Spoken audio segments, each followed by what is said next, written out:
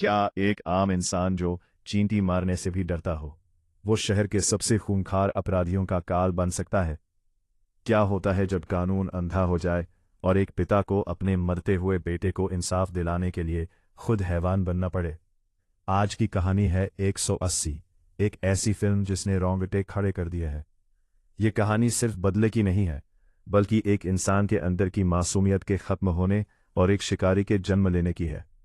यकीन मानिए, इस कहानी का अंत देखकर आपके पैरों तले जमीन खिसक जाएगी। कहानी शुरू करने से पहले, अगर आप भी ऐसी ही रोंगटे खड़े कर देने वाली क्राइम थ्रिलर कहानियों के शौकीन हैं, तो अभी इस वीडियो को लाइक कर दे।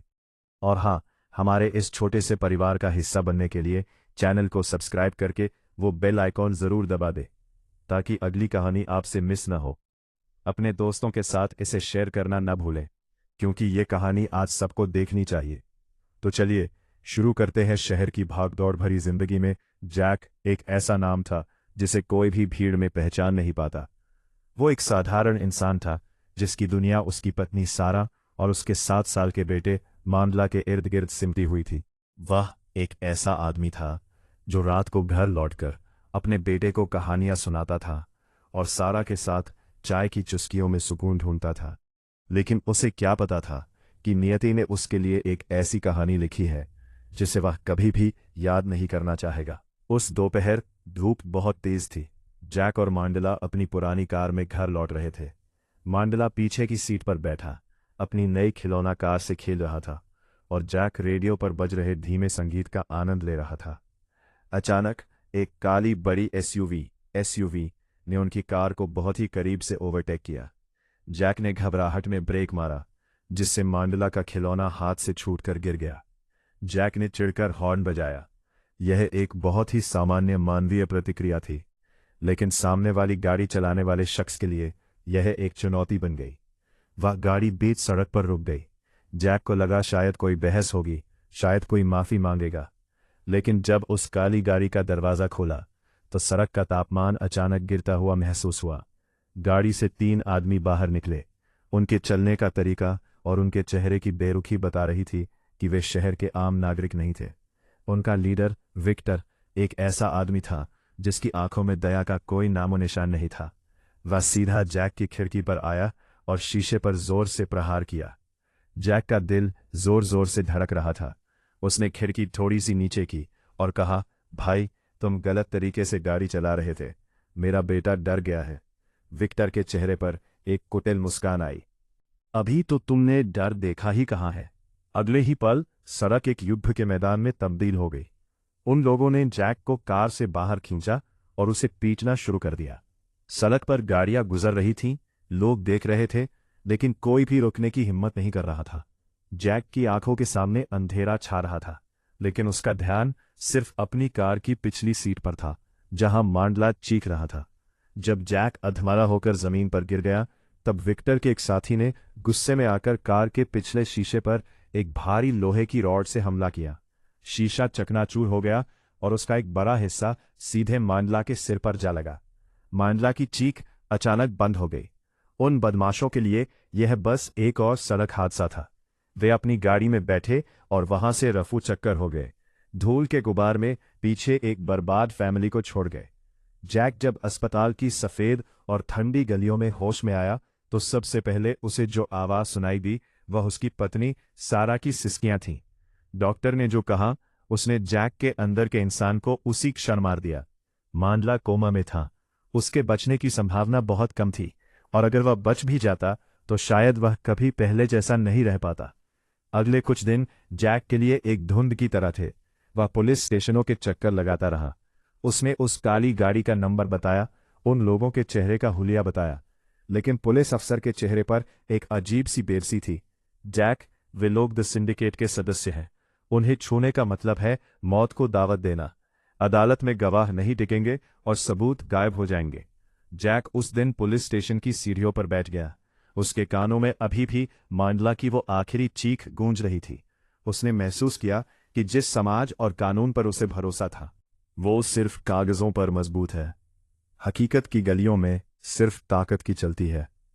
उस रात जब वो घर लौटा तो घर उसे काटने को दौड़ रहा था। मांडला के खिलौने, सारा की रोने की आवाज और घर का वो कोना जहां वे सब साथ बैठकर खाना खाते थे, सब कुछ उसे चिढ़ा रहा था। उसने आईने में खुद को देखा।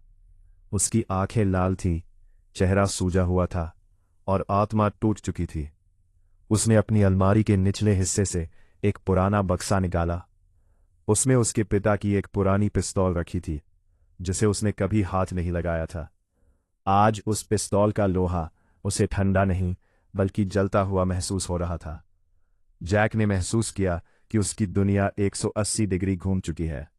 जो आदमी कभी चींटी को मारना भी पाप समझता था, आज उसके अंदर एक ऐसा राक्षस जन्म ले रहा था जिसे सिर्फ खून की प्यास थी। उसने फैसला कर लिया था कि अगर कानून न्याय नहीं दे सकता तो वो खुद कानून बनेगा। वो अब न्याय, जस्टिस नहीं बल्कि प्रतिशोध, वेंजेंस चाहता था। जैक ने अपनी कार की चाबियां उठाईं और अंधेरी रात में निकल पड़ा। यह सफर अब सिर्फ सड़क का नहीं था बल्कि इंसानियत से हैवानियत की ओर मुड़ने का था। मांडला का बदला शुरू हो चुका था। अस्पताल की सफ़ेद दीवारों और दवाइयों की तीखी गंध से दूर जैक अब शहर के उन कोनों में भटक रहा था जहां रोशनी पहुंचने से कतराती थी। उसके पास खोने के लिए अब कुछ नहीं बचा था, और यही उसकी सबसे बड़ी ताकत बन गई थी। जिस इंसान ने कभी किसी से ऊंची आवाज में बात नहीं की थी, आज वो उन गलियों के चक्कर लगा रहा था जहां मौत का धंधा सरेआम होता है। जैक जानता था कि सीधे विक्टर तक पहुंचना नामुमकिन है। विक्टर उस सिंडिकेट का हिस्सा था जिसकी जड़ें शहर के हर अवैध धंधे में फैली हुई थीं। लेकिन हर बड़े शिकारी की एक कमजी और ही होती है, उसकी अपनी ही परछाई। जैक ने सबसे पहले उस इलाके को ढूंढना शुरू किया जहां उस दिन वह काली एसयूवी गायब हुई थी।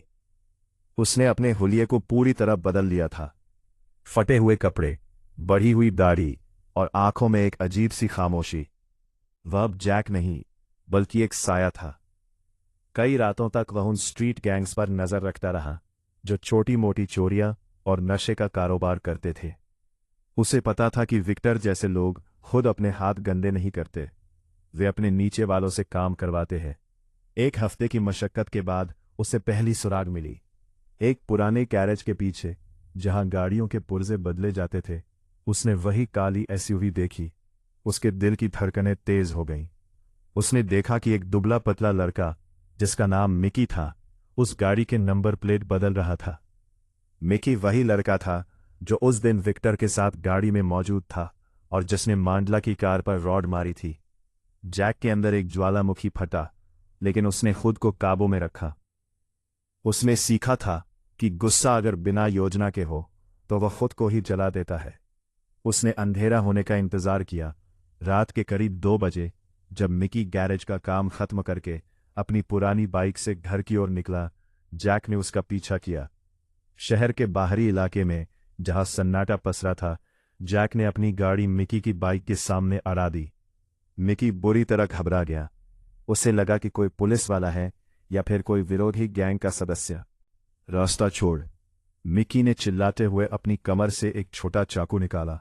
जैक गाड़ी से बाहर निकला। उसके हाथ में कोई हथियार नहीं था, लेकिन उसकी आंखों में जो मौत का सन्नाटा था, उसने मिकी के हाथ कपा दिए।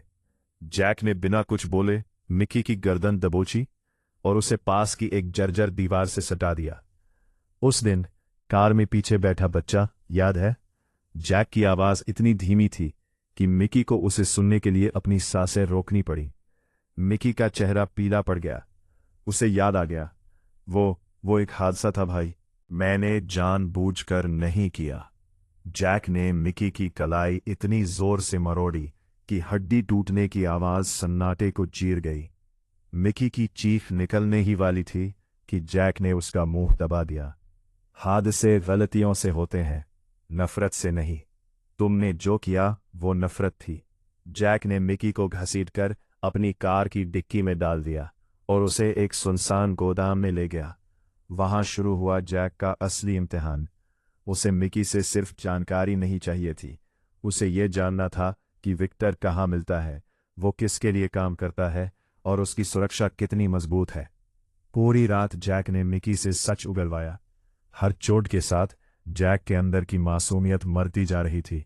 उसे खुद पर हैरानी हो रही थी कि वो ऐसा कैसे कर सकता है। लेकिन जैसे ही उसे मांडला का मासूम चेहरा याद आता, उसका हाथ फिर से उठ जाता। मिकी ने टूटकर सब बता दिया। विक्टर शहर के एक आलीशान क्लब द डार्क रूम से अपना सारा कारोबार चलाता है। उसे शहर के रईसों और भ्रष्ट नेताओं का संरक्षण प्राप्त है। काम पूरा होने के बाद जैक ने मिकी की ओर देखा। मिकी रहम की भीख मांग रहा था। जैक की उंगली पिस्तौल के ट्रिगर पर थी। एक पल के लिए उसे लगा कि वो रुक जाए, कि वो पुलिस को फोन कर दे, लेकिन फिर उसे अस्पताल का वो वेंटिलेटर याद आया जिसकी आवाज पर उसके बेटे की जिंदगी टिकी थी। एक हल्की सी आवाज हुई और गोदाम में फिर से सन्नाटा छा गया। जैक ने अपनी पहली जंग जीत ली थी, लेकिन उसकी कीमत उसकी आत्मा ने चुकाई थी। अब उसका अगला लक्ष्य द डार्क रूम था। वो जानता था कि वहां घुसना आसान नहीं होगा। वहां विक्टर के दर्जनों गार्ड्स होंगे, लेकिन जैक अब पीछे नहीं मुड़ सकता था। उसने मिकी की जेब से उसका फोन निकाला और विक्टर के नंबर पर एक मैसेज भेजा। एक फोटो जिसमें मिकी की टूटी हुई चेन और खून से सना फर्श था। जैक ने युद्ध का ऐलान कर दिया था। अब उसे एक ऐसे आदमी में तब्दील होना था जिसे न दर्द महसूस हो न डर। उसने अपनी कार की हेडलाइट्स जलाईं और शहर के सबसे पॉश इलाके की ओर रुख किया। रात अभी जवान थी और जैक का इंतकाम अभी सिर्फ शुरू हुआ था।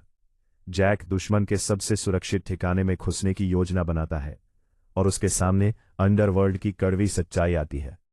अब जैक के पास एक नाम था और एक ठिकाना, द डार्क रूम, शहर का वो क्लब जहां कानून की सीमा खत्म होती थी और जुर्म की सल्तनत शुरू। जैक जानता था कि वो सीधे अंदर जाकर गोलीबारी नहीं कर सकता। वो कोई ट्रेड फाइटर नहीं था, वो बस एक पिता था जो प्रतिशोध की आग में तप रहा था। उसे ताकत से नहीं बल्कि दिमाग से काम लेना था। जैक ने अगले 2 दिन उस क्लब की जासूसी में बिताए। उसने देखा कि रात के 11 बजे के बाद वहां बड़ी गाड़ियों का आना जाना शुरू होता है। वहां जाने वाले लोग शहर के रसूखदार थे, इसलिए सुरक्षा के इंतजाम बेहद कड़े थे। लेकिन जैक की पारखी नजरों ने एक रास्ता ढूंढ लिया, सप्लाई गेट। क्लब में हर रात भारी मात्रा में शराब और मीट की सप्लाई होती थी। जैक ने एक वेंडर की गाड़ी का पीछा किया और ड्राइवर को डरा धमकाकर उसकी वर्दी और गाड़ी हथिया ली। अब वो जैक नहीं बल्कि एक डिलीवरी बॉय था। जब वो सप्लाई गेट पर पहुंचा तो उसके सीने में दिल किसी नगाड़े की तरह बज रहा था। गार्ड ने उसे रोका। इतनी देर क्यों हुई? गार्ड ने कड़क आवाज में पूछा।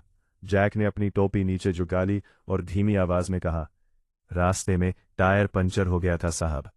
तलाशी ली और उसे अंदर जाने का इशारा कर दिया। अंदर का नजारा बाहर की दुनिया से बिल्कुल अलग था। चारों तरफ महंगी शराब, धुएं के गुबार और ऊंची आवाज में बजता संगीत। लेकिन इस चमक धमक के पीछे एक काला सच छिपा था। जैक ने देखा कि कोने की मेजों पर हथियारों के सौदे हो रहे थे और ड्रग्स के पैकेट हाथ बदले जा रहे थे। जैक धीरे से किचन के रास्ते से निकलकर वीआईपी सेक्शन की ओर बढ़ा। मिकी ने उसे बताया था कि विक्टर का कैबिन ऊपरी मंजिल पर है, जहां से वो पूरे क्लब पर नजर रखता है। जैक ने देखा कि सीढ़ियों पर 2 भारी भरकम गार्ड खड़े थे। उनके पास जाना मतलब मौत को दावत देना था। तभी उसकी किस्मत ने साथ दिया। क्लब में एक छोटी सी हाथापाई हुई। 2 नशे में धुत रईस आपस में भिड़ गए। गार्ड्स का ध्यान उस तरफ गया और जैक बिजली की फुर्ती से अंधेरे गलियारे में छिप गया। वो रेंगते हुए ऊपर पहुंचा और विक्टर के कैबिन के ठीक बाहर की बालकनी पर जा टिका। वहां से उसने अंदर देखा। विक्टर वहां बैठा था, उसके हाथ में एक सिगार था और वो किसी के साथ फोन पर बात कर रहा था। मुझे परवाह नहीं है कि मिकी कहाँ है, विक्टर हंसते हुए कह रहा था। अगर वो काम नहीं कर सकता तो उसे मर जाना चाहिए। मुझे नए लड़कों की जरूरत है जो पुलिस से ना डरे। विक्टर की ये बेरुखी सुनकर जैक के खून में उबाल आ गया। जिस मिकी को उसने मारा था वो विक्टर के लिए सिर्फ एक मोहरा था। जैक को एहसास हुआ कि वो एक ऐसे राक्षस से लड़ रहा है जिसके लिए इंसान की जिंदगी की कीमत एक सिगरेट के धुएं से ज्यादा नहीं है। अचानक कैबिन का दरवाजा खुला। एक औरत बाहर निकली। वो सारा जैसी लग रही थी, उदास और डरी हुई। जैक को समझ आया कि विक्टर सिर्फ एक गुंडा नहीं था, वो इंसानों की तस्करी के काले धंधे में भी शामिल था। जैक का मकसद अब बदल रहा था। ये सिर्फ उसके बेटे का बदला नहीं था, बल्कि इस गंदगी को जड़ से मिटाने की शुरुआत थी। जैक ने अपनी पिस्तौल निकाली और केबिन के अंदर घुसने ही वाला था कि तभी उसे पीछे से किसी ने दबोच लिया।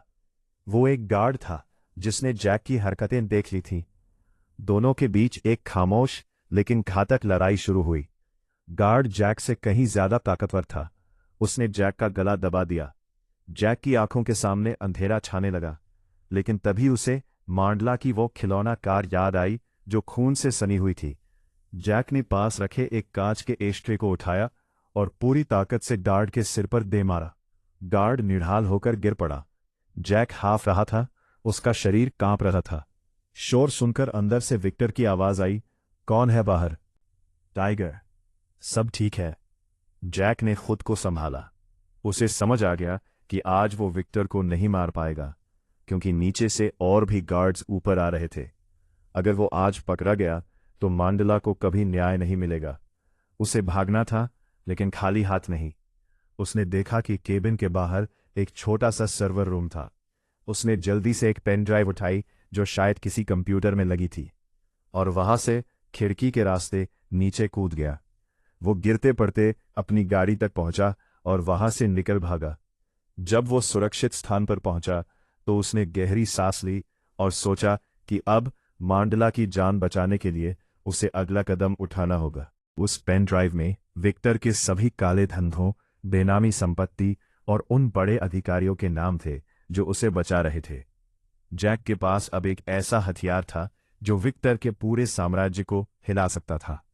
लेकिन जैक जानता था कि अब विक्टर उसे ढूंढने के लिए पूरा शहर छान मारेगा। अब यह लुका छिपी का खेल नहीं था, यह एक सीधा युद्ध था। जैक ने पेन ड्राइव को कसकर मुट्ठी में बंद किया।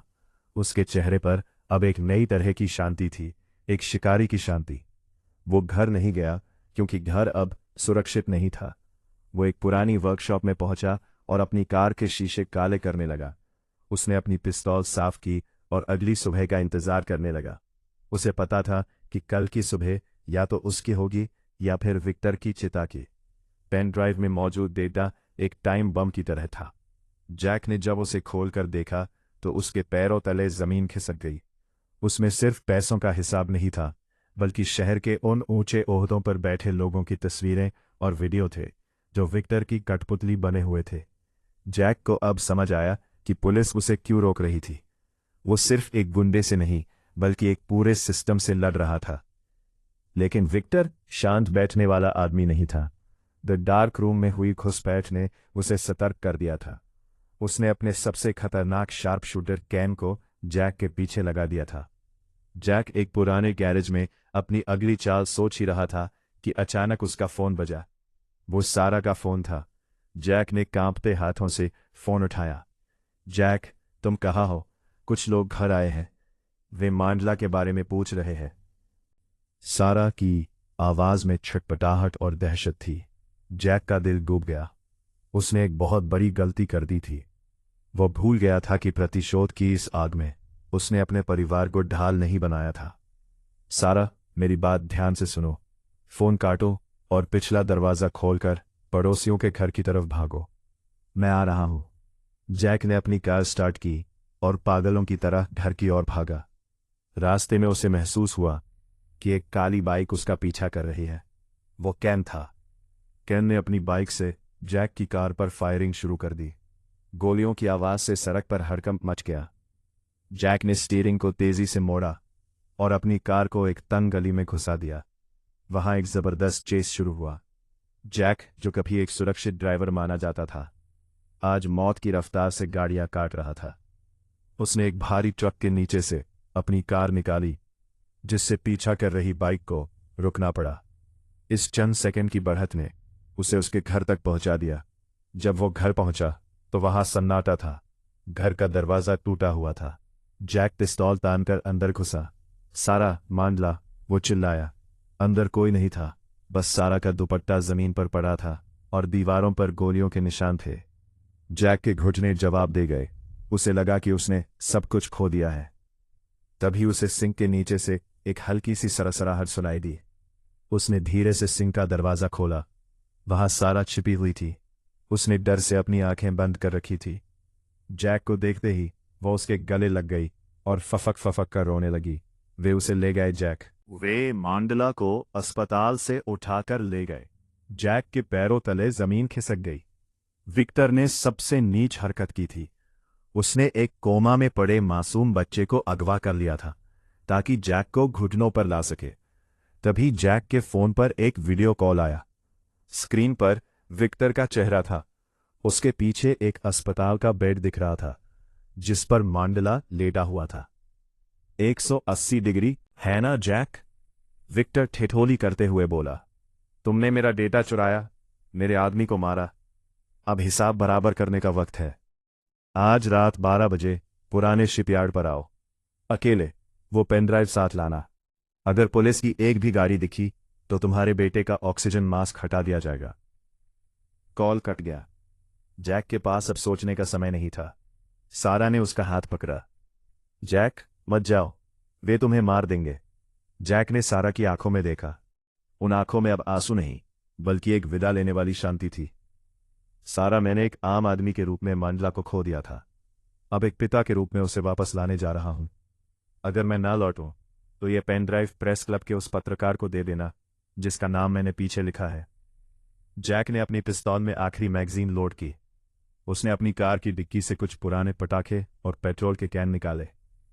उसे पता था कि वो वहां से जिंदा वापस नहीं आने वाला, लेकिन वो ये भी जानता था कि वो अकेला नहीं मरेगा। उसने अपनी कार को शिपयार्ड की ओर मोड़ दिया। रात के अंधेरे में शिपयार्ड के ऊंचे क्रेन किसी दैत्य की तरह लग रहे थे। जैक ने दूर से ही विक्टर की गाड़ियों की हेडलाइट्स देखी। उसने अपनी गाड़ी की रफ्तार बढ़ाई। अब डर उसके पीछे छूट चुका था। अब सिर्फ लक्ष्य सामने था। जैसे ही वो शिपयार्ड के गेट पर पहुंचा, उसने महसूस किया कि उसका हाथ अब कांप नहीं रहा था। उसने अपनी जेब से मांडला की वो छोटी खिलौना कार निकाली और उसे डैशबोर्ड पर रख दिया। मैं आ रहा हूं बेटा, उसने बुदबुदाया। शिपयार्ड की लाइटें एक साथ जली। जैक अपनी कार से बाहर निकला, एक हाथ में पेन ड्राइव और दूसरे में मौत का सामान लिए। सामने विक्टर और उसके दर्जनों हथियारबंद गार्ड खड़े थे। युद्ध का अंतिम चरण शुरू होने वाला था। शिपयार्ड का सन्नाटा लोहे की भारी क्रेन और समुद्री हवाओं की सरसराहट से भरा हुआ था। जैक अपनी कार से बाहर निकला। उसके सामने विक्टर खड़ा था, जिसके चेहरे पर एक विजयी मुस्कान थी। विक्टर के ठीक बगल में एक एम्बुलेंस खड़ी थी, जिसके भीतर मांडला वेंटिलेटर के सहारे अपनी आखिरी सांसों की जंग लड़ रहा था। पेनड्राइव मेरी तरफ फेंको, जैक, विक्टर ने ऊंची आवाज में कहा। उसके गार्ड्स ने अपनी राइफलें जैक के सीने पर तान दी थी। जैक ने धीरे से पेनड्राइव ऊपर उठाई। पहले मांडला को सारा के पास जाने दो। जैसे ही एम्बुलेंस यहां से निकलेगी, ये डेटा तुम्हारा होगा। विक्टर ने इशारा किया। एम्बुलेंस का ड्राइवर उसे लेकर गेट की तरफ बढ़ा। जैसे ही एम्बुलेंस सुरक्षित दूरी पर पहुंची, जैक ने पेनड्राइव को हवा में उछाल दिया। जैसे ही विक्टर के गार्ड का ध्यान पेनड्राइव की तरफ गया, जैक ने अपनी कार की डिक्की में रखे पेट्रोल कैन पर एक छोटा धमाका रिमोट से कर दिया। शिपयार्ड का एक हिस्सा आग की लपटों में घिर गया। अफरा तफरी मच गई। जैक ने इस मौके का फायदा उठाया और पास के कंटेनर के पीछे छिप गया। उसने अपनी पिस्तौल निकाली। अब वो एक आम आदमी नहीं, बल्कि एक सटीक निशाना लगाने वाला शिकारी था। एक एक करके विक्टर के गार्ड गिरने लगे। जैक का हर शॉट उसके बेटे के दर्द का हिसाब था, लेकिन तभी एक गोली जैक के कंधे को चीरती हुई निकल गई। वो कैन था, विक्टर का सबसे खतरनाक शार्प शूटर। जैक दर्द से कराह उठा, लेकिन उसने रुकने से इनकार कर दिया। चढ़कर केन की लोकेशन ट्रैक की और अपनी आखिरी 2 गोलियों में से एक से केन का काम तमाम कर दिया। अब मैदान में सिर्फ 2 ही लोग बचे थे, जैक और विक्टर। विक्टर भागकर अपने केबिन की तरफ जाने लगा, लेकिन जैक ने उसका रास्ता काट दिया। दोनों के बीच आमने सामने की भिड़ंत हुई। विक्टर शारीरिक रूप से ज्यादा मजबूत था। उसने जैक को जमीन पर पटक दिया और उसका गला दबाने लगा। तुमने क्या सोचा था जैक? तुम एक छोटे से चूहे होकर शेर का शिकार करोगे, विक्टर ने चिल्लाते हुए कहा। जैक की आंखों के सामने अंधेरा छाने लगा था। उसे अस्पताल की वो मशीनें याद आई।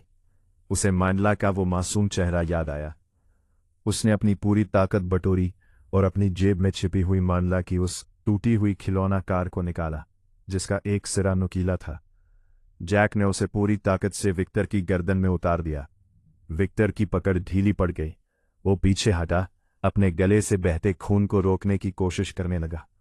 जैक लड़खड़ाते हुए खड़ा हुआ। उसने अपनी पिस्तौल उठाई और विक्टर के ठीक सामने जा खड़ा हुआ। ये 180 डिग्री का मोड़ तुम्हारे लिए है विक्टर। तुमने एक इंसान को जानवर बना दिया, अब उस जानवर का सामना करो। जैक ने उस पेन ड्राइव को उठाया जो धमाके से सुरक्षित थी और शिपयार्ड से बाहर निकल आया। दूर पुलिस की सायरन की आवाज़ें सुनाई दे रही थी। जैक चाहता तो भाग सकता था, लेकिन वो थक चुका था। उसने अपनी हार स्वीकार नहीं की थी, उसने अपनी जीत दर्ज की थी। कुछ महीनों बाद शहर की हेडलाइंस में था कि कैसे एक अज्ञात व्यक्ति ने शहर के सबसे बड़े क्रिमिनल सिंडिकेट का पर्दाफाश किया। उस पेन ड्राइव के डेटा ने कई बड़े नेताओं और अफसरों को जेल की सलाखों के पीछे पहुंचा दिया। अस्पताल के एक कमरे में सूरज की पहली किरण खिड़की से अंदर आ रही थी। मांडला ने अपनी आंखें खोली। उसके पास सारा बैठी थी। मांडला ने धीरे से पूछा, माँ पापा कहाँ है? सारा की आंखों में आंसू थे, लेकिन चेहरे पर एक गर्व भरी मुस्कान। उसने मांडला का हाथ थामते हुए कहा, तुम्हारे पापा ने एक लंबी कहानी लिखी है बेटा, और वो तुम्हें बचाने के लिए बहुत दूर गए हैं। फिल्म का आखिरी सीन जैक पर खत्म होता है, जो जेल की एक कोठरी में बैठा है। उसके चेहरे पर कोई पछतावा नहीं है। वो धीरे से दीवार पर एक लकीर खींचता है। एक और दिन उसने अपना सब कुछ दांव पर लगा दिया था, लेकिन उसने अपने बेटे को एक ऐसी दुनिया दी जहां अब विक्टर जैसे लोग नहीं थे। कैमरा जैक की आंखों पर जूम करता है, जहां अब गुस्सा नहीं बल्कि एक सुकून है। वो फिर से वही साधारण आदमी बन चुका था, जिसने अपनी दुनिया को बचाने के लिए खुद को 180 डिग्री घुमा दिया था।